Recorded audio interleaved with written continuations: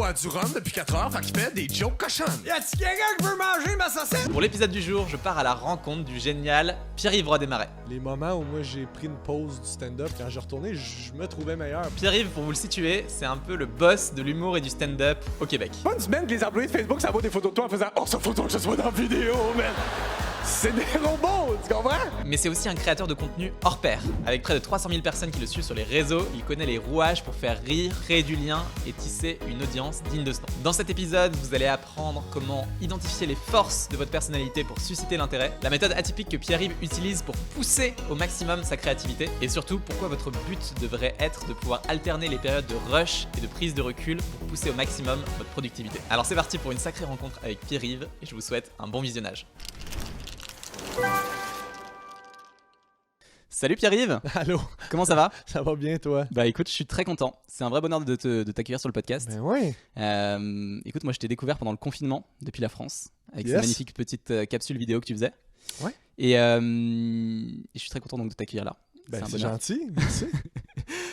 J'ai une première question que j'aime bien poser pour démarrer, qui est une question assez deep. Donc on va rentrer directement Ok. dans le truc. Parfait. Mais qui est une question qui est centrale pour moi dans la création. Parce que je trouve que la création, c'est aussi une manière pour chacun d'entre nous, et toi, moi et tous les autres, de se sentir genre juste vivant, exister, tu vois, et de faire des trucs qui nous faut souffler la petite flamme, tu vois. Et Ouais. donc moi, j'ai une question pour toi qui est qu'est-ce qui, toi, dans ce que tu fais, te rend le plus vivant et le plus te fait le plus vibrer? Les nouvelles affaires, tu sais, c'est toujours la nouveauté, là, tu sais, quand tu fais du stand-up en particulier, ben c'est le nouveau numéro, le nouveau bit qui est excitant, tu sais, parce qu'il y a comme un genre de danger, est-ce que les gens vont aimer ça, tu sais, c'est ce qui j'ai l'impression aussi que quand tu crées beaucoup, t'évolues, puis tes trucs, ben tes nouvelles affaires nécessairement sont plus proches de toi, tu sais, de ta version actuelle, tu sais. Fait que c'est toujours ce que t'aimes le plus faire, même si c'est pas nécessairement tes meilleures affaires, c'est ce que t'aimes le plus. Si tout va bien, en théorie, c'est supposé d'être l'affaire que t'aimes le plus, parce que c'est ce qui est le plus récent, c'est ce qui est le plus proche de ta personne telle qu'elle est en ce moment. Fait que c'est ça que je trouve le plus excitant, ce qui me rend le plus vivant, c'est trouver la nouvelle idée, puis c'est ça, devoir la vendre, la livrer, tu sais. Ouais. Ouais. C'est un truc que je trouve très cool chez toi parce que je vois à quel point t'évolues rapidement aussi et tu testes plein de trucs, tu vois. Ouais. Mais c'est quoi le processus que tu as derrière pour trouver ces nouvelles idées? Tu fais ça tout seul dans ton coin. J'ai vu que tu bossais beaucoup avec Sam de temps en temps, je sais pas si ton duo ou en tout cas vous êtes souvent dans les mêmes milieux. Ça me va bien, tu Ouais, vois? ouais. Ouais, ben oui, ben c'en est un. Tu sais, je m'entoure de gens créatifs, tu sais, de gens que je trouve brillants, tu sais. Sam en fait partie. Sam fait les spectacles avec moi, il fait la première partie. Fait qu'on a la chance sur la route de tester nos idées ensemble, là, tu sais, de se parler de nos nouvelles affaires. C'est souvent ça, en fait. Tu sais, je prends des petites notes là, tu sais, dans mon téléphone tout le temps. Puis là, ben, quand il vient le temps de créer quelque chose, ben, j'ouvre ça. Puis là, ben, je bounce, comme on appelle, avec des amis. Ouais. Je les appelle pour tester l'idée avec eux autres. Fait que souvent, je trouve que c'est plus facile de faire naître quelque chose dans le dialogue, dans jouer avec l'idée, puis tout ça. Fait que c'est de s'entourer de ces gens-là, des gens comme Sam, des gens comme Alexandre Forêt, David Bocage, des humoristes. Allez checker ça, là. J'adore. Je trouve ça cool parce que tu t'enfermes pas dans un format, tu vois. Je trouve que tu fais de l'humour. On va peut-être qualifier ça de stand-up. Mais tu vas aussi faire des petites vidéos, tu vas t'exprimer à la fois en spectacle, mais aussi utiliser tous les pouvoirs d'Internet aussi. Il y a des trucs que tu vois, que tu as envie de tester, ou qui t'amusent le plus, ou qui te tentent d'aller chercher encore plus dans les prochains temps? Ouais, ben la comédie musicale m'a toujours attiré. Wow. Ben oui, moi j'adore les comédies musicales. Puis j'ai eu la chance d'en faire une petite dans le cadre d'un gala comédia, en fait, qui est comme des galas d'humour au Québec. C'est comme Juste pour rire. Je sais pas si vous connaissez Bien Juste sûr, pour rire. bien sûr. Petite anecdote, Ouais. j'ai été pris dans un gag Juste pour rire il y a 10 Non! ans Non! sur le Mont-Royal. Malade. Une fille me demande de garder ses clés de voiture. Ouais. Et c'est une belle anecdote. Ben oui, et vas-y. elle me dit, faut que j'aille chercher mon mari à l'intérieur, vous pouvez garder ma voiture? Je dis, bah oui, bien sûr et tout. Puis je me dis, c'est un peu bizarre et tout. Bon, ok. Et là, je vois un énorme monster truck, tu vois, le truc avec les roues énormes qui arrive, une voiture énorme. Et en fait, qui fait qui arrive et qui écrase la voiture en deux. Tu sais, la voiture que je devais garder. Et moi, je suis là. Qu'est-ce qui se passe? Et la fille revient, elle fait, mais qu'est-ce qui s'est passé? Ma voiture, elle est complètement écrasée. Et moi, j'étais genre. Et après, ils ont fait, C'est une caméra cachée. Toi, jamais tu t'es dit, ben non, ça se peut pas. Il y avait des caisses, tu vois. Et je me dis, mais c'est bizarre qu'il y ait ces caisses-là, tu vois, sur le. Fait que toi, ce cacher que les tu trouvais caméras. bizarre, c'était les caisses, c'était Ouais. pas le monster truck dans la rue. Si, tu vois, mais j'étais pas suspicieux de genre. Ouais, c'est drôle. Donc, Ben ouais. oui, Mais donc, vous avez ces galas-là au Québec qui sont un peu des Excuse-moi, shows. parce que ça me fait penser que ma mère Ouais. aussi s'est déjà fait prendre C'est vrai? dans un gang juste pour rire. C'était quoi? Vas-y. C'était un monsieur en chaise roulante qui avait perdu son chapeau. Il était dans l'eau, comme. Il était juste comme un peu trop loin pour pouvoir aller le chercher. Fait que là, ma mère essaie de l'aider, d'essayer d'aider un policier qui est comme là pour essayer de prendre le chapeau forts. du monsieur. Puis, fait que le monsieur qui est en chaise roulante, il a comme une fausse jambe. Fait que le policier prend la fausse jambe pour se donner plus de portée pour aller chercher le chapeau. Puis ma mère qui crie « Non, non, hey, faites pas ça! » C'est génial. Puis le gars qui jouait la personne en chaise roulante, c'est un comédien avec qui j'ai fait de l'impro Ok. que ma mère connaît très bien. Puis elle s'est jamais rendue compte Wow. qu'elle connaissait. T'es tellement concentré dans la situation. C'est malade, ouais. Fait que le Monster Truck, ça se peut que tu l'achètes, là, tu sais, tu sais pas que t'es dans un gang, je pourrais. Fait que oui, Comédia, ouais, c'est ça, c'est un gala que j'animais pour eux à Comédia l'été passé. Fait qu'il te laisse un peu faire ce que tu veux, tu sais. Fait que moi puis mon ami David Bocage, on a décidé de faire une comédie musicale. Ok. Fait que c'est 2 numéros dans le fond, un gala. C'est un numéro d'ouverture, un numéro de fermeture de 7 minutes à peu près chaque, qu'on a fait sous forme de comédie musicale. Fait que j'ai écrit une comédie musicale de 15 minutes, dans le fond. On est pas loin de Ouais. Starmania là. Hein. On est à quoi? 5 minutes de ce temps-là? Fait que un jour, Ouais. c'est sûr, j'aimerais ça, la forme longue, mais tu sais, c'est compliqué. Là, c'est parce qu'on avait des moyens. Puis c'était le principe. Tu sais, en fait, le cadre dans lequel on était nous permettait de le faire avec des moyens. Mais ultimement, quand tu pars de zéro puis tu fais bon, ben, on bâtit une comédie musicale, c'est très compliqué. Ça Bien sûr, prend hein. beaucoup d'argent. Tellement de producteurs Fait derrière que, et de. ouais, de- fait que d'argent. j'aimerais ça un jour, mais il y a plein d'obstacles là, tu sais, à ça, mais j'aimerais bien ça. Je suis curieux que tu nous racontes aussi comment toi t'as fait tes premiers pas là-dedans, dans l'humour, dans le stand-up, dans tout ce secteur-là. Ouais. Tu t'es formé, si je dis pas de bêtises, dans une école, genre il y a 5-6 ans. Ouais. Ça a commencé par ça ou tu faisais déjà des petits sketchs avant? C'est quoi les débuts? Depuis toujours, en fait. Là, tu sais, T'es un humoriste né, toi. Tu ben, faisais rigoler les je- copains à l'école. Je suis un humoriste élevé, en tout cas, on m'a élevé comme ça. C'est vrai? Ouais, ben, tu sais, moi, j'étais le plus jeune de ma famille. J'étais comme, je voulais toujours l'attention. J'étais le petit gars qu'on déguise pour faire rire. Puis moi, mes parents étaient des fans d'humour quand même. Tu sais, justement, on parle des gars-là juste pour rire. C'est quand même gros dans la culture, là, ici. Là, fait que ça jouait à la télé tout le temps. Puis mes parents écoutaient ça toujours. Ils allaient voir des shows d'humour. Puis ça, mes parents étaient des bons fans aussi d'humoristes américains. Puis ça. Fait que moi, je voyais toujours mes parents écouter ça. Fait que ça faisait partie de mon quotidien. Puis c'est eux là, qui me disaient, tu sais, j'avais déjà ce penchant-là là, vers. C'était un peu, t'avais quand même ça dans ton ADN de genre, Ouais, j'aime ouais. bien attirer l'attention, me faire donner en rigoler. spectacle, Ouais. là, vraiment, tu sais. Fait que c'est eux autres qui me disaient de faire ça, carrément, tu sais. À la télévision, ben justement, il y avait eu Louise Richer, qui est une grande dame ici là, pour l'humour, qui a fondé l'École nationale de l'humour. Tu sais, par laquelle sont passés plein de gros noms là, de l'humour au Québec. Puis, ben c'est ça, quand il était à Tout le monde en parle, mes parents m'avaient dit, tu sais, étaient passés pour parler de l'école de l'humour, puis ils ont dit, tu sais, peut-être un jour, ce serait le fun pour toi, ça, tu sais. Fait que ça a toujours fait partie tu sais, des plans, en quelque part, là, dans ma vie. Je savais qu'un jour, j'allais vouloir faire ça. J'ai pris quelques détours par la musique, par la télévision à l'université. Mais toujours en faisant de l'impro, tu sais, j'étais toujours inscrit à l'impro. J'ai suivi des cours de théâtre aussi au secondaire. J'étais en art dramatique au secondaire, puis ça. Fait que ça a toujours fait partie là, de ma vie. Puis jusqu'à temps que je me décide à m'inscrire à l'école de l'humour, faire ça à temps plein, j'ai lâché l'université Ok. pour travailler à temps partiel puis écrire à temps plein pour me préparer aux auditions de l'école de l'humour. Pour finalement ben, être accepté. Et puis après ça, ben tu deviens travailleur autonome dans la jungle du milieu de Ouais. l'humour. Et c'est ça qui m'intéresse aussi, c'est de voir. Est-ce que toi, tu arrives à voir certains trucs, certaines actions qui ont été un peu un tremplin pour dans cette jungle commencer à émerger? Tu vois, je pense qu'il y a plein Ouais. de gens qui essayent, tu vois, et à la fin, bah, c'est pas forcément évident de pouvoir en vivre, de Ben pouvoir non, avancer. je fais partie des chanceux qui ont pu en vivre Tu dirais que c'est de la dès chance? sortie. Là. Ben, Ah, dans ok, le sens dès le où- début, ouais. Ouais, c'est ça. On a une bonne cohorte là, quand même, justement. On parle de Sam Boisvert, c'en est un aussi. Je suis remonté sur ton Insta, je voyais la petite carnet d'annonces du show de fin d'année de l'école de l'humour. Et puis il y avait juste au-dessus de toi Sam qui faisait le pinceau, je sais pas quoi. Et Sam qui faisait un truc genre la vieille dame, je sais plus quoi, ou la dame, la madame quelque chose. Ouais, je sais en plus c'est quoi, mais ouais, c'est ça. Oui, c'est ça. Ça a commencé là, exactement ça. Ben, l'école de l'humour, c'est déjà un tremplin extraordinaire parce que c'est, dans le fond, c'est 2 ans. T'es en groupe de 15 à peu près. C'est petit. Ouais, ben c'est petit, mais c'est beaucoup. Il en sortent 15 par année. 15 nouveaux humoristes par année. Ouais, et puis des gens qui se prennent au sérieux, qui ont envie que ça marche, qui ont envie d'en vivre, qui ont envie de percer, tu vois. C'est ça. C'est quand même, ça demeure beaucoup de gens.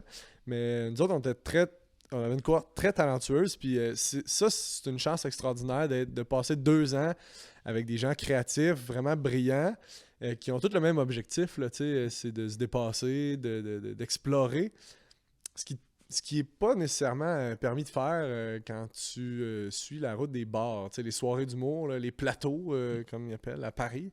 Mais on appelle ça des soirées d'humour. C'est comme des petits galas juste pour rire dans un bar devant 12 personnes qui t'écoutent pas. C'est vraiment ça. J'en ai fait, je vois ce que ça donne. Ouais, ben c'est ça. Fait que ça,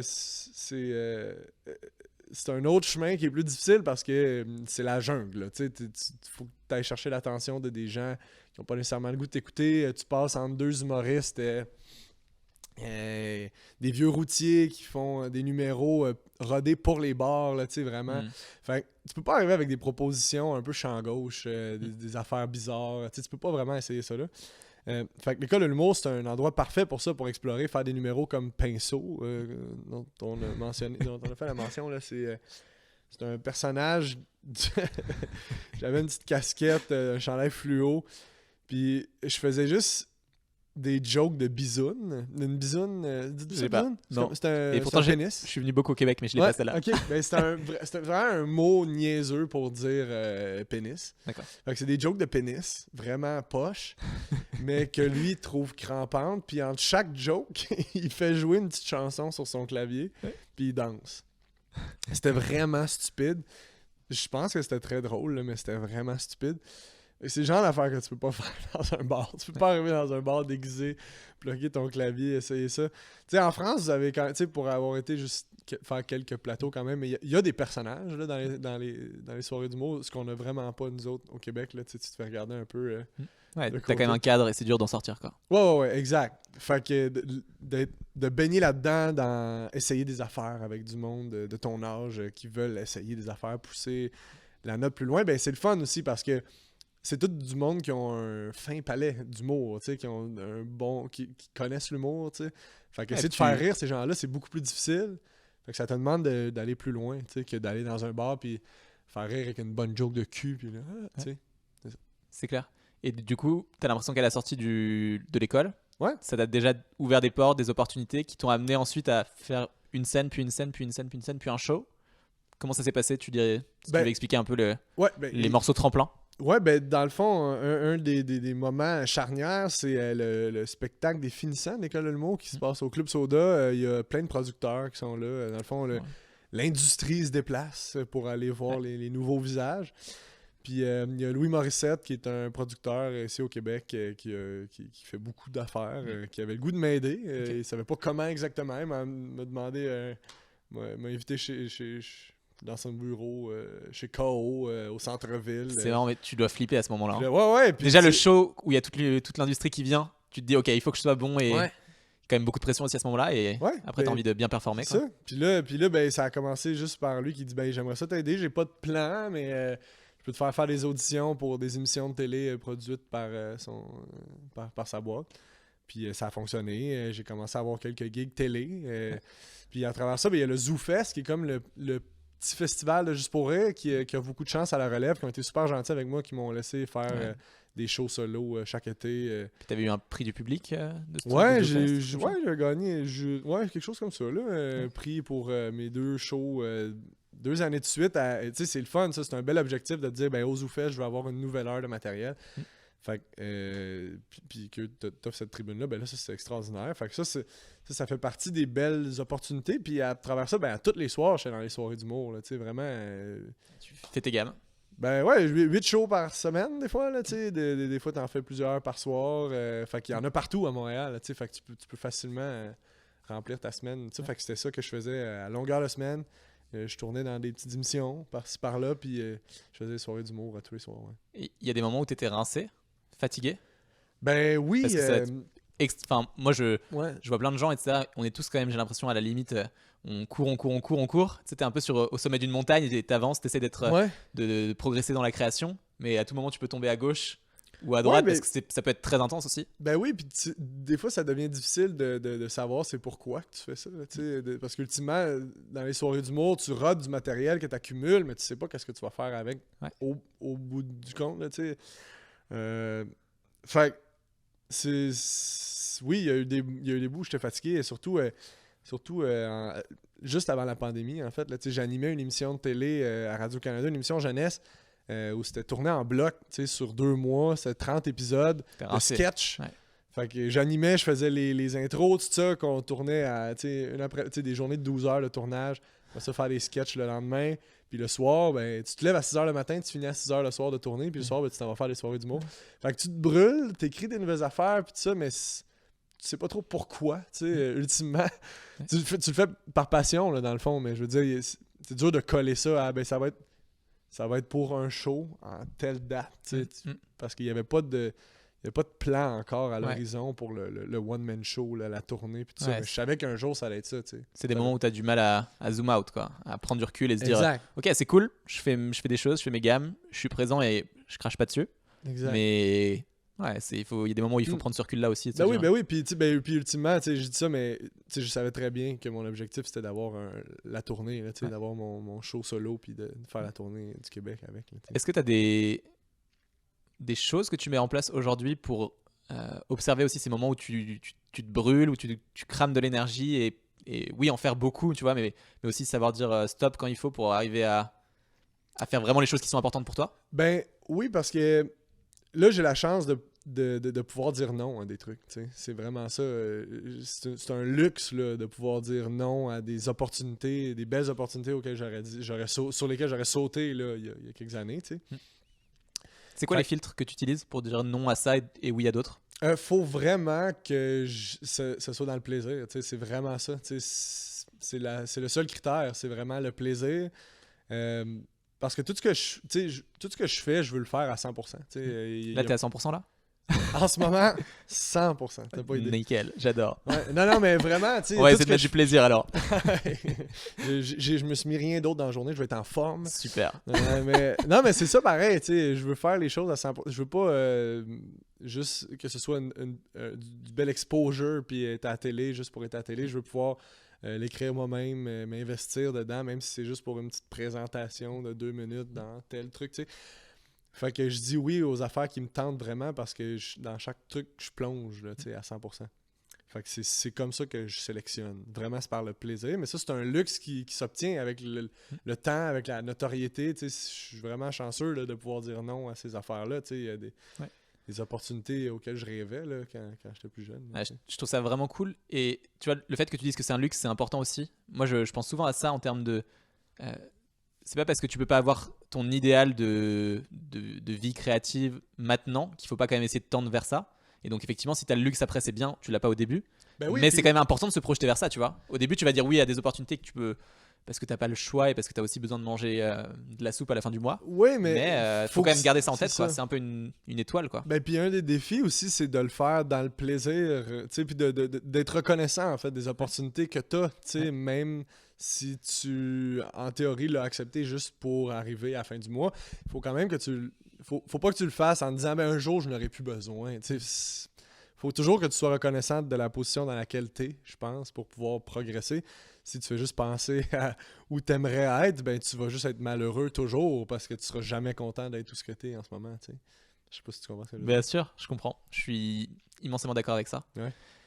Tu as dit tout à l'heure un truc que je trouvais vraiment intéressant sur la difficulté parfois dans les soirées d'humour à Montréal de prendre un pas de côté, tu vois. Tu as dit un autre truc qui était genre je sais plus comment tu l'as dit avec des mots québécois, mais genre être gauche ou être Champ gauche, ouais. champ gauche, voilà, je l'avais pas.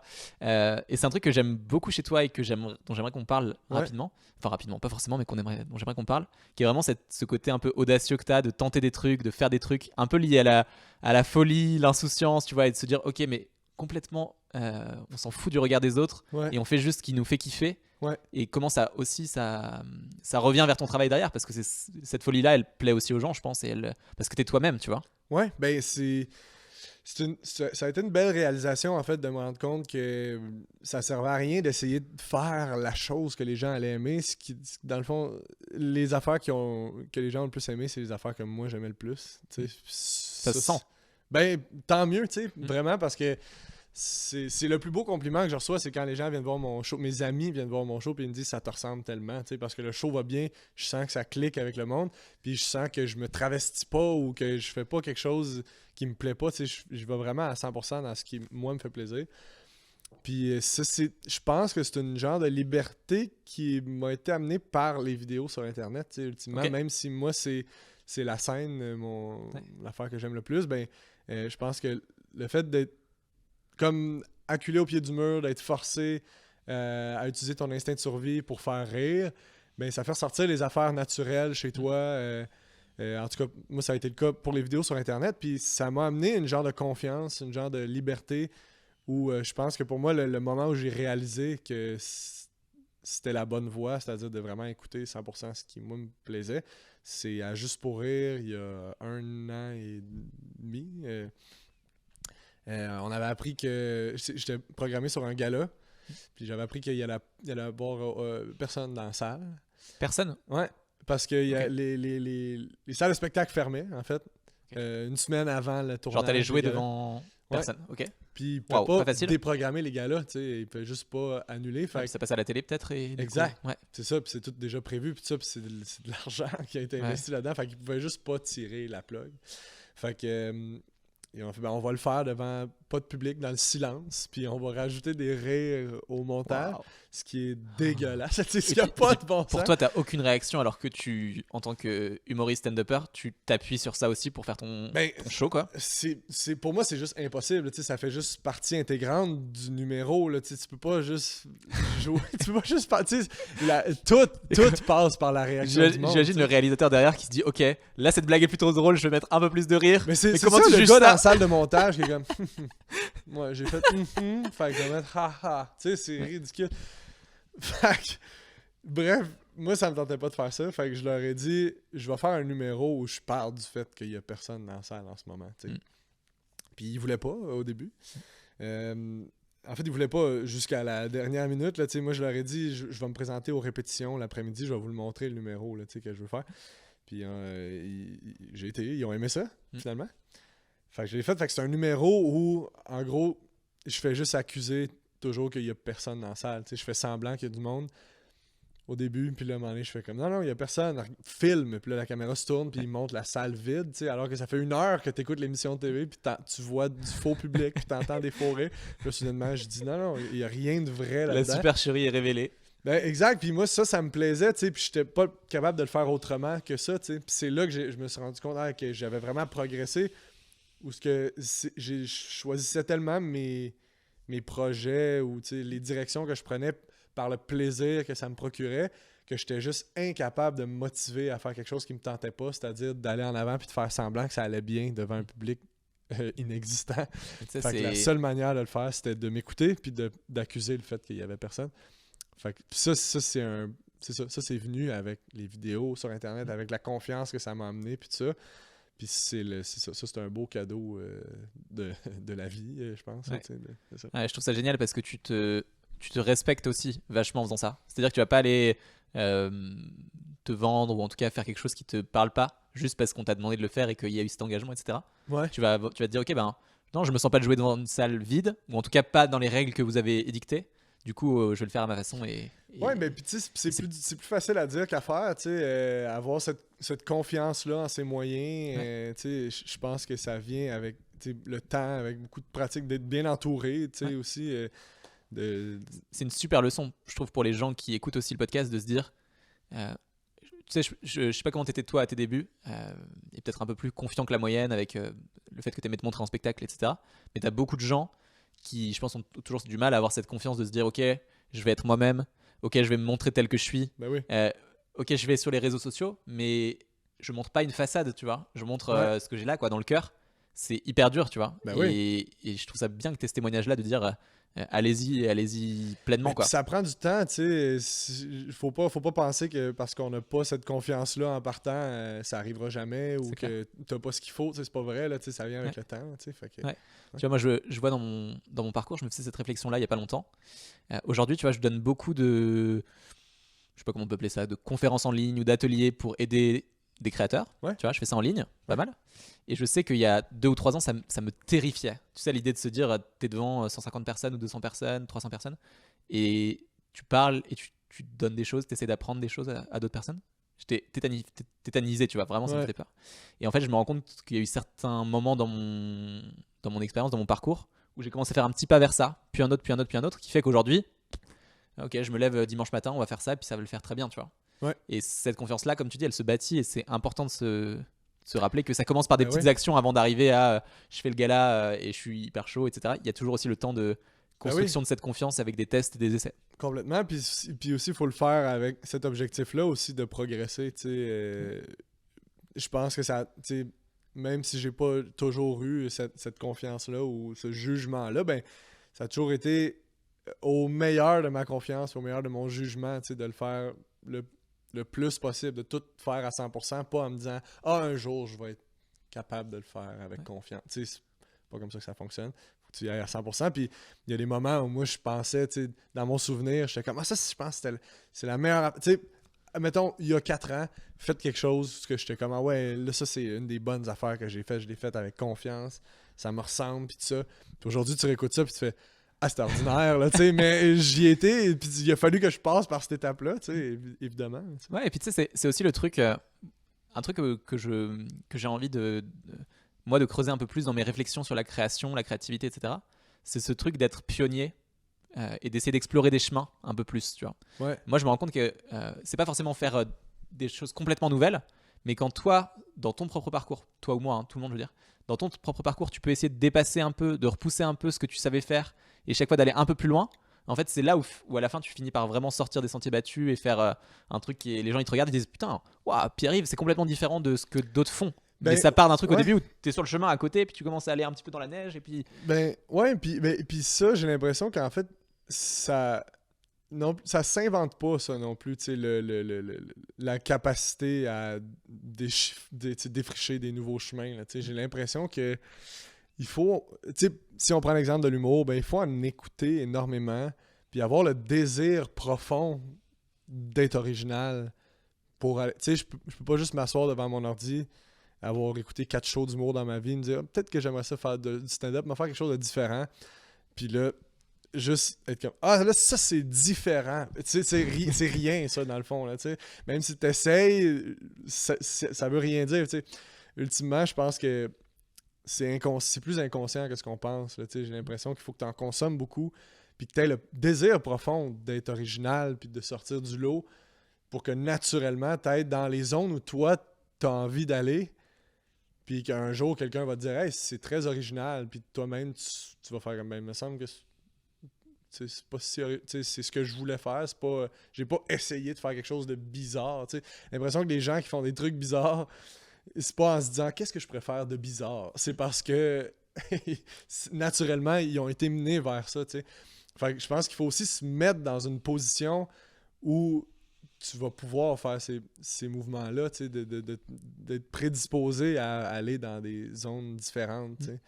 Fait que j'ai l'impression que c'est un travail qui se fait en amont beaucoup aussi, pas juste en se disant ah, je veux aller ailleurs, mais sans avoir les outils pour le faire. Là, Je suis tellement d'accord avec ça. Ouais. Ça fait du bien d'entendre ça.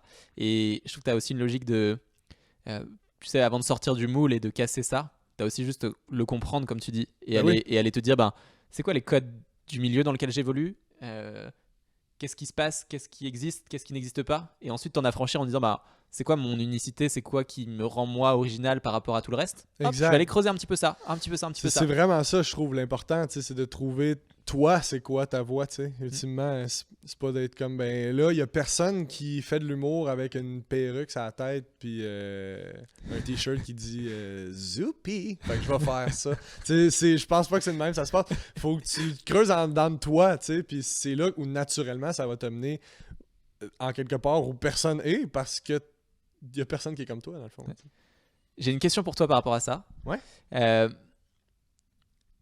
Je suis entièrement d'accord qu'il faut creuser en soi ce truc-là.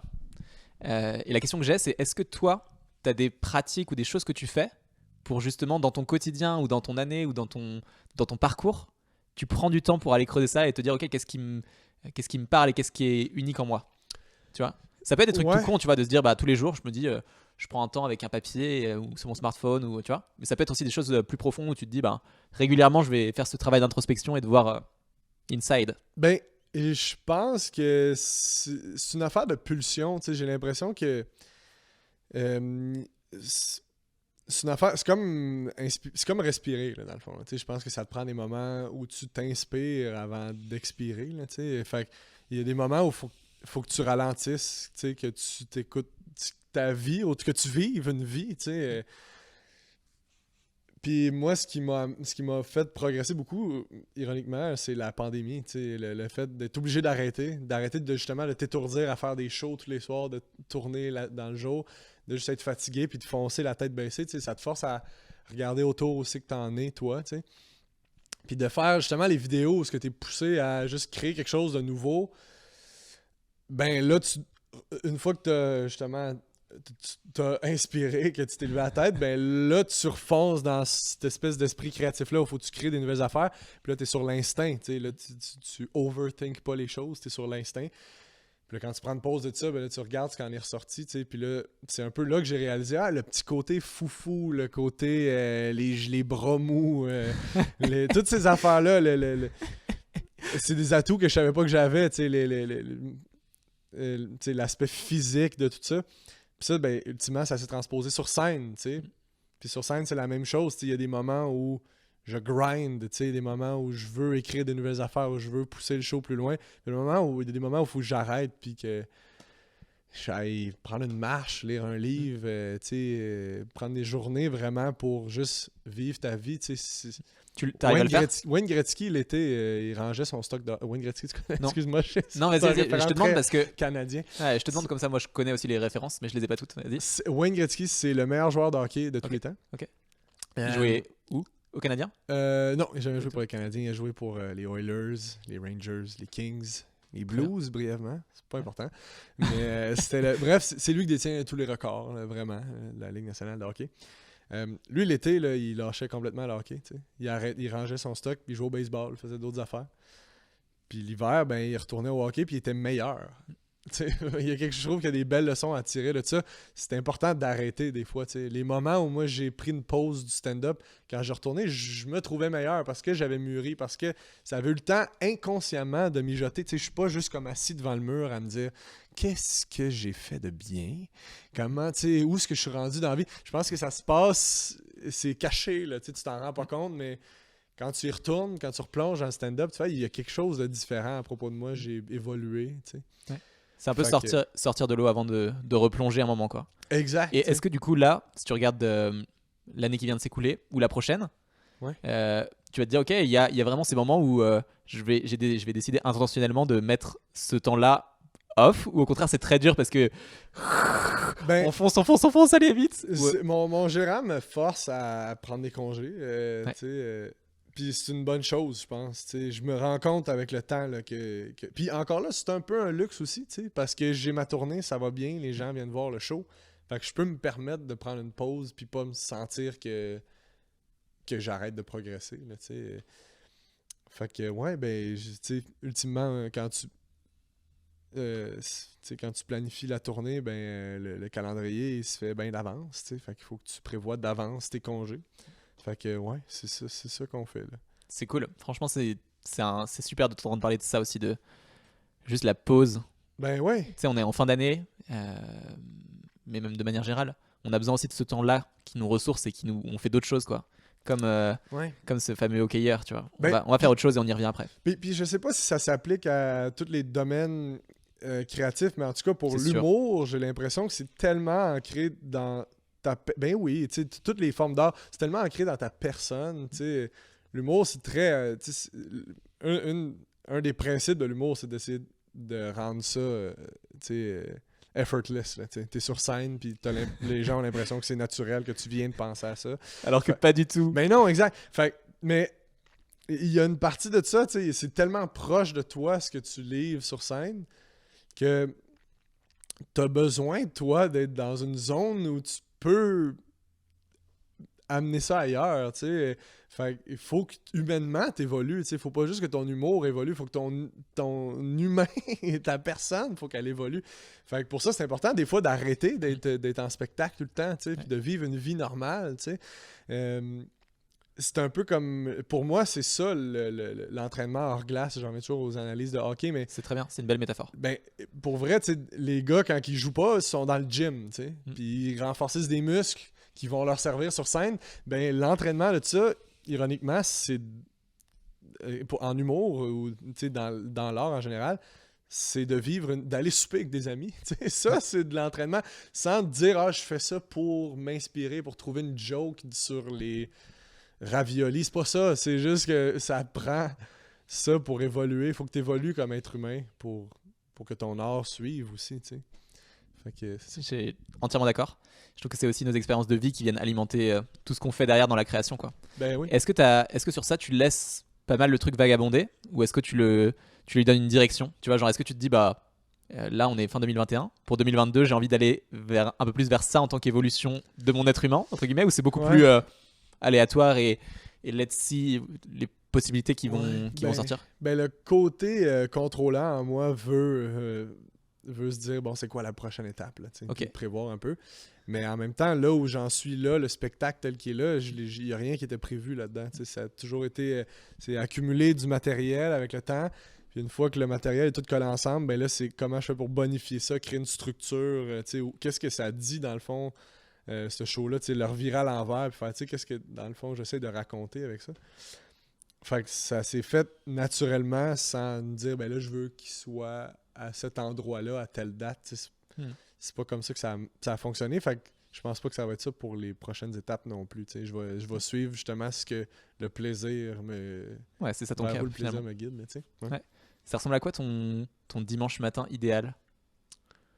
Se lever tard, ça c'est sûr. Aller chercher un petit déjeuner, un petit café à pied. Ouais.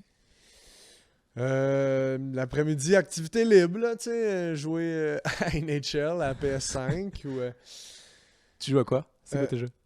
jouer à NHL, Ok, c'est ouais. c'est un jeu de Ah hockey. ouais, je vois bien. Ouais, ça, je joue à ça. Pas T'es- trop, là, tu sais. T'aimes lire? Tout à l'heure, tu parlais de lecture. Ouais, je suis pas... tu sais, j'aime lire justement les choses qui sont qui viennent me chercher, là, tu sais. Fait que naturellement, le sport, la musique, les biographies, j'aime bien.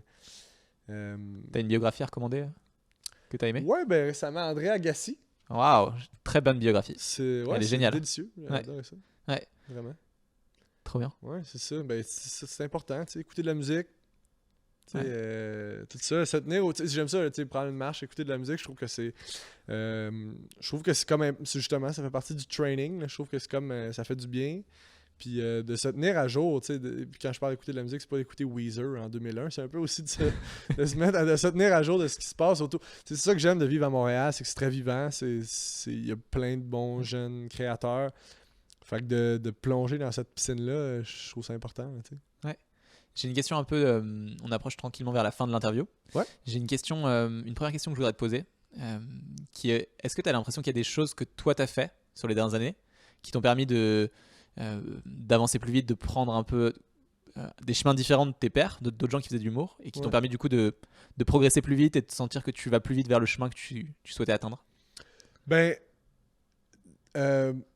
ma marraine disait toujours « Prends ton temps, ça va plus vite ».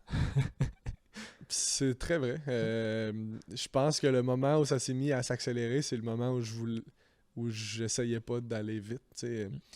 Les moments où ma carrière a avancé, c'est pendant la pandémie, là, je reviens toujours à ça, mais ironiquement, c'est ça, là, c'est le fait, bon, ben, j'ai pas, j'ai rien, là, j'ai plus rien, j'ai plus de show, tout est arrêté. Je vais juste faire des vidéos sur Internet. Le but, c'était pas de... C'était pas de devenir big, là, c'était vraiment juste de garder le muscle créatif vivant, puis ben, ça a fait sortir justement l'instinct en moi, j'en reviens souvent à ça, mais je pense que c'est important Super important. Ouais, d'écouter l'instinct, de laisser respirer ça, de laisser vivre ton intuition, puis c'est ça qui m'a amené la notoriété, qui m'a permis d'avoir un public qui vient me voir en show, qui m'a permis de faire évoluer mon spectacle, de me rendre où je suis là aujourd'hui, fait que ça a été vraiment de pas forcer les choses, mais quand même, ça naît quand même d'un désir de créer quelque chose de nouveau, ultimement, Ouais. C'est comme une balance qui est difficile à avoir, le désir de pousser ça plus loin, mais de pas le forcer, c'est très Ouais, je suis flou d'accord. tout Puis ça, t'as mais... une logique aussi dans une période où tu mets une contrainte créative aussi autour de ce que tu fais. Tu Ouais. dis, ok, je suis chez moi, enfermé, on est tous comme ça. J'ai accès avec moi à un micro, peut-être de la musique, des potes qui peuvent m'aider à créer des choses un peu marrantes. Qu'est-ce qu'on fait? Ben, des fois, je me demande si tout ce qui m'arrive en ce moment se serait produit s'il n'y avait pas eu la pandémie, parce que justement, ça m'a forcé à faire quelque chose. Et je faisais déjà plein de trucs, mais je veux dire, ça m'a forcé à aller sur Internet parce que tout le monde était sur Internet. C'était là où ça se passait. Fait que j'étais comme, moi aussi, il faut que je mette quelque chose sur Internet. Fait que d'avoir un cadre, de me dire, je veux que ce soit des chansons. Je sais pas pourquoi, là, j'avais l'instinct de faire jouer que ce soit des petites chansons. Peut-être la comédie musicale qui était présente. Ouais, ben tu sais, ça a toujours fait partie de ma patente. Là, sur scène, il y avait déjà des chansons, mais je pense que c'est parce que j'écoutais beaucoup le special d'Adam Sandler sur Netflix. Il y avait des petits univers musicaux d'1 minute. Ça m'inspirait bien gros. J'avais jamais pensé faire ça. Moi, c'était des vraies chansons, avec des structures, couplets, refrains, puis ça. Puis lui, c'était des petits univers musicaux. Puis c'est ça qui m'inspirait là, à ce moment-là. Là, j'étais comme, je veux faire des petits univers musicaux courts, des vidéos d'1 minute max. Puis, fait que d'avoir ce cadre-là, de me dire, il faut que je mette quelque chose sur Internet, puis de me dire, ben, il arrivera ce qui arrivera, ben, ça a été la meilleure chose, c'est le meilleur mix. Un cadre, une obligation, l'urgence, mais le laisser aller. Ce truc du cadre, il est tellement important. Ouais. Et c'est marrant parce qu'on a, tu vois, moi, sur le podcast, on a vu des profils assez différents. Et il y a toujours ce truc-là du cadre qui revient avec des façons très différentes de l'aborder. Mais je trouve qu'on a besoin de ce socle-là Ben oui. pour entourer tout ce qu'on fait. Et ensuite, s'en affranchir et faire des trucs nawak, tu vois, n'importe quoi. Ben, Ok. exact. Mais il y a quand même ce cadre-là qui est présent. Complètement, tu sais, je pense que mon meilleur numéro de gala à vie, c'était, ben, tu sais, si on exclut la comédie musicale, là, dont je suis très fier, mais mon meilleur, et puis même là, j'en reviendrai à la comédie musicale, là, mais mon meilleur numéro de gala, c'était le gala où j'avais les pires contraintes, tu sais, j'avais pas de public, tout ça, tu sais, fait que j'ai l'impression que d'avoir ce cadre-là, d'avoir ces restrictions-là, c'est ce qui m'a poussé dans une zone où je voulais sortir de là, tu sais. Tu vois, moi, Ça aurait été un numéro peut-être bien ordinaire, là, s'il y avait Ouais. eu du public, tu sais, j'aurais pas fait ça. Puis tu vois, ça me donne presque envie de me dire, moi, en tant que créateur, tu vois, c'est quoi les contraintes que tu peux te mettre sur des jeux presque dans ce que Ouais. tu fais. Tu vois, Ouais. sur le podcast, ok, est-ce que sur le prochain interview, je peux mettre une contrainte en plus que j'ai pas, tu vois, sur un prochain truc sur les réseaux sociaux. Ok, qu'est-ce que tu peux faire pour mettre puis il faut la y contrainte croire, et t'amuser, tu sais. quoi. Ouais. Moi, j'ai toujours, tu sais, j'avais une prof de créativité, et je pense que c'est ça le nom du cours, je pense, la créativité à l'école de l'humour, Ok. qui parlait de ça, justement, se donner des contraintes dans le travail pour faire sortir des trucs, mais j'ai l'impression qu'il faut que tu y crois, tu sais. Parce que le moment où tu t'imposes toi-même une contrainte en te disant, bon, ben, ma prochaine chanson, je veux qu'il y ait le mot crevette dedans, tu sais. Ben, le moment où t'es comme, pourquoi? C'est moi qui décide, là, je peux ne pas mettre crevette. Est-ce que Ben, tu joues le jeu, quoi? Ouais. faut que tu y crois, tu sais. Fait que j'ai l'impression que la pandémie, tu sais, tout ça, c'était des contraintes que je peux pas contrôler, tu sais. Fait qu'il y a cette zone-là qui est difficile aussi, moi, je trouve. Tu sais, je trouve que c'était pas un vrai truc de me faire dire faut que tu te donnes une contrainte, parce que je trouve que c'est trop facile de faire comme ben, je suis pas obligé de la suivre, la contrainte, tu sais. Mais n'en demeure pas moins que le cadre est important. Tu sais, moi, le numéro, justement, à la comédie musicale cet été, c'est une comédie musicale qui parle des galas d'humour. Tu sais, fait que Il y a beaucoup de niveaux, là. Mais on Pierre-Yves, rit- c'est un mec méta. Méta de méta. Ben, exact, mais moi j'aime ça quand c'est méta, tu sais, J'aime ça aussi. pointer les affaires, tu sais, puis de faire un gala d'humour, puis de faire checker, c'est un gala d'humour, tu sais, on va arrêter de faire semblant que c'est pas un gala d'humour. Ben ça j'aime ça, tu sais, puis je trouve que c'est un cadre je trouve que c'est des cadres qui sont inspirants, tu sais. Dans la musique, il y a des cadres, tu sais, c'est ça que je trouve le fun d'une chanson, c'est que dès que tu dis un mot qui rime plus, ou que tu dis un mot qui dépasse le piétage, ou que tu brises le rythme, qu'il y a un silence, qu'il y a un zoom in, toutes ces affaires-là qui brisent le cadre, les conventions, ben, c'est toutes des manières de faire rire parce qu'on s'attendait pas à ça, tu sais. Fait que ces cadres-là sont super importants dans la création, mais aussi dans l'humour en général, parce qu'il y a des conventions auxquelles on est tellement habitué que simplement d'en sortir, ça fait rire parce qu'il y a une partie de l'humour qui réside dans la surprise. Tu sais. J'aime ça. Je trouve que c'est une réflexion aussi sur comment, dans ce qu'on fait en tant que créateur, on peut mettre du contre-pied, tu vois, genre oui. être là où on t'attend pas, quoi. Mais c'est important. Ok, je pense. tu fais de, je sais pas, de la peinture ou je te dis n'importe quoi, tu vois. Ok, est-ce que tu peux, il est où le contre-pied pour faire des choses où on t'attend pas, tu vois. Waouh, ça va surprendre aussi et il y a peut-être de cette surprise de l'adhésion aussi qui va naître et de Ben oui. ça va Puis, résonner, tu sais, quoi. Puis même là, tu sais, comme je te dis, comme ça revient à ce qu'on disait tantôt, tu sais, le désir de faire quelque chose d'original puis de sortir du cadre, il faut justement que ce soit un vrai désir, tu sais. Je pense qu'il faut que ça naisse justement de l'intérieur. Il faut que ce soit une pulsion. Il ne faut pas juste que ce soit, bon, ben, Ouais, je vais faire faire une quelque chose peinture, pour faire mais quelque chose. ça va être fucké. Puis là, tu mets de la peinture à terre, puis là, soudainement, ça veut rien dire. Tu vois, c'est presque identitaire. C'est de se dire dans ta personnalité, comment tu peux petit à petit cultiver, évoluer vers quelque chose où ça vient de toi, Ouais. ce désir-là de faire de l'original. Ben et oui. pas juste un truc genre, ok, comment on va être original? Ah bah non, ça marche pas comme ça. Ben, exact. Mais Ouais. tu sais, le cultiver, c'est le bon mot. Tu sais, j'ai l'impression que dans consommer beaucoup, tu sais, j'ai l'impression que justement, mettons, si je prends l'exemple de l'humour, tu sais, en écouter beaucoup, ben ça fait que tu te lasses des affaires qui sont convenues, des affaires qui sont plates, puis tu admires les trucs qui sont soudainement originaux. Fait que c'est comme ça que ce désir-là naît. Tu fais, je veux faire partie de cette gang-là, moi, de ceux qui te font faire « Wow, j'avais jamais vu ça. » tu sais. J'adore. Ça.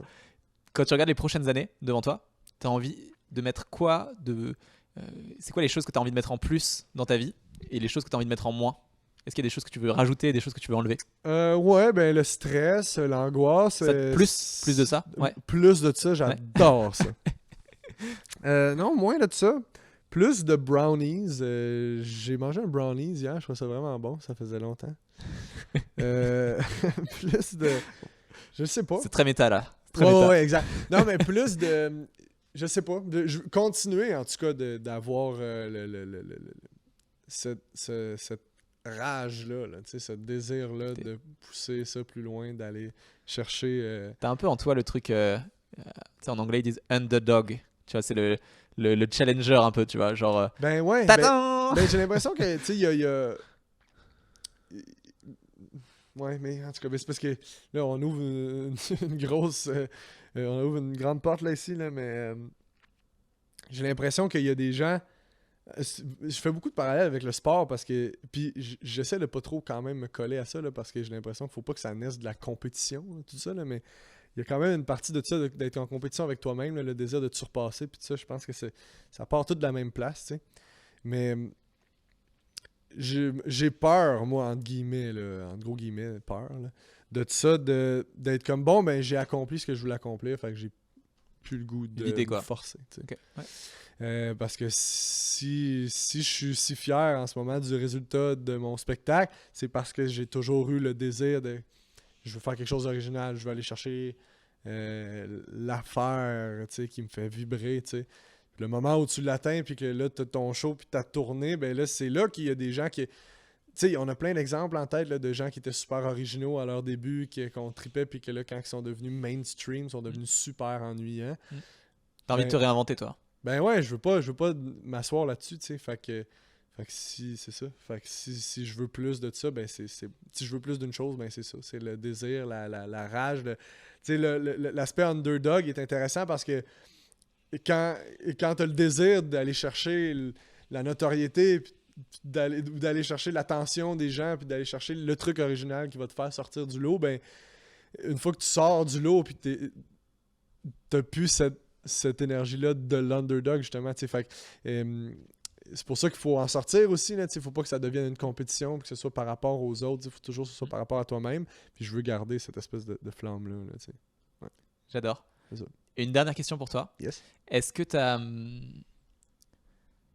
un conseil, un principe, un truc que tu as envie de transmettre à quelqu'un qui serait au début de son chemin de créateur pour l'aider à avancer avec plus de sérénité, d'efficacité, ou en tout cas mieux avancer sur son propre chemin? Ben, c'est dur de donner un conseil parce que c'est toujours comme croyez-y, puis tout ça. Puis, mais... ce qui vient de toi, tu vois, qu'est-ce que tu as envie de partager? C'est ça, mais parce que je trouve ça dur de dire à quelqu'un crois-y quand la personne n'y croit pas, tu sais. Mais C'est pas ça, du coup. ben, non, mais pour vrai, il faut y croire, tu sais. J'ai comme l'impression que c'est la première chose, c'est la première étape, tu sais. Il faut que tu y crois, tu sais. Genre, sois ton premier supporter, quoi. Ben oui, mais j'ai l'impression que c'est plus facile à dire qu'à faire, tu sais. Tu sais, comme, mettons, Taylor Swift, là, qui a toujours eu le couteau dans les dents, là, puis qui est une fonceuse, qui a toujours cru. C'est un peu, je trouve, de la bullshit, là, tu sais. Je trouve que c'est un peu ironique, là, de dire « Croyez-y, les jeunes ». Oui, mais c'est facile. Toi, t'as toujours eu confiance, tu sais. Fait que je me vois mal dire ça à quelqu'un, mais... ben... J'ai l'impression que de juste se mettre dans les meilleures conditions, c'est la première affaire, tu sais. J'ai l'impression que de faire quelque chose à moitié, ça marchera jamais, tu sais. Fait que de se mettre dans les meilleures prédispositions pour que ça fonctionne, c'est-à-dire en consommer beaucoup de ce que tu veux faire, tu sais, que ce soit de la musique, tu sais, d'en consommer énormément, d'en consommer trop. Puis c'est presque te prendre au sérieux, en fait. Ben oui, vraiment, c'est vraiment crois-y, ça. c'est ça, en fait. C'est, Ouais, si tu veux être sérieux, fais des choses sérieuses. Ben oui, puis tu sais, comme tu sais, les gens qui sortent de l'école de l'humour puis qui ont une job à temps partiel, ben, puis qui essaient de faire des shows le soir, puis ça, ben, c'est toujours difficile, là, tu sais, parce que tu le fais pas à 100%, tu sais. Le moment où tu te dis, ben, si ça marche pas, ben, au moins j'ai ma job, tu sais. Ben, c'est sûr que ça marchera pas, faut que tu aies le désir à 100% de foncer pour que ça marche, tu sais. Fait que c'est pas juste, je suis pas en train de dire aux gens lâchez votre job, je suis en train de dire si tu sais, faut que tu y crois, tu sais. Puis le moment où tu y crois, ben ce sera même plus une question, tu voudras même pas aller à ta job, tu sais, tu vas vouloir foncer à 100%, tu sais. Fait que c'est de se mettre dans les meilleures prédispositions, c'est-à-dire d'en écouter, de se prendre au sérieux, tu sais, de prendre la démarche au sérieux. D'écrire, de prendre des notes, de se stimuler aussi, tu sais. Tout ça, c'est important. Génial. J'ai un dernier truc pour toi. Normalement, il est à ma gauche, mais je ne l'ai pas. Okay. Donc, je vais me lever 2 minutes. J'ai un petit cadeau pour toi. Ok, arrête donc. Tu peux faire le blanc au micro si tu veux. Oui, pour les auditeurs qui sont toujours à l'écoute, Kylian est allé chercher ce qui semble être un livre. Il revient à la course. Ok, merci. Je fais toujours un petit cadeau à mes invités à la fin. Ouais. Un truc que j'ai aimé et que j'ai envie de te donner. Donc j'avais cru comprendre que tu aimais le lire parce que j'avais vu que tu avais participé à des initiatives comme ça. Et donc j'ai un petit cadeau pour toi. Un livre de Alain Damasio. Je sais pas si tu connais ce bonhomme. C'est juste un chef-d'œuvre. C'est un auteur français qui fait plutôt des choses en termes de science-fiction, on va dire. Mais plutôt douce, tu vois. C'est pas genre la science-fiction dans les étoiles et tout. C'est plus... c'est beaucoup plus posé que ça. Et en fait, ce livre-là est juste incroyable. Il a écrit 2 bouquins qui ont beaucoup marché, qui s'appellent La zone du dehors, qui est celui-là, et un autre truc qui s'appelle La horde du contrevent. Et c'est juste incroyable. Okay. Donc je ne sais pas à quel point tu vas vouloir le lire, mais c'est absolument magique. C'est un livre qui se veut la suite de 1984, Orwell, avec une logique complètement différente en termes de dictature, etc. Et c'est une réflexion sur la société qui est juste incroyable. Et voilà, juste... un bouquin qui réfléchit beaucoup aussi à ce qu'il y a de vivant dans chacun de nous, tu vois. Avec un petit groupe de personnes qui luttent pour remettre du vivant dans les gens qui sont complètement amochés par la démocratie qui lisse les personnalités de chaque personne et qui les font rentrer dans le moule. Donc, voilà. Génial, ben, c'est super. Et Alain Damasio, c'est vraiment... Si t'as aimé, tu me diras, j'en aurai d'autres à te recommander. Big en France? Ouais. Franchement, c'est un chouette gars. Ah ouais, il est riche. Il est très riche, c'est le fun, ça. Cool, franchement, merci. Pierre-Yves, merci. C'est une vraie chouette discussion. Ça m'a fait très plaisir de te rencontrer et que tu puisses partager tout ça. Donc, thanks a lot. Et si tu viens en France, juste fais-moi signe. On ira faire des trucs avec Fanny Rouet et tous les copains. Coucou les cousins. Merci Pierre-Yves. Merci à toi. Ciao, salut.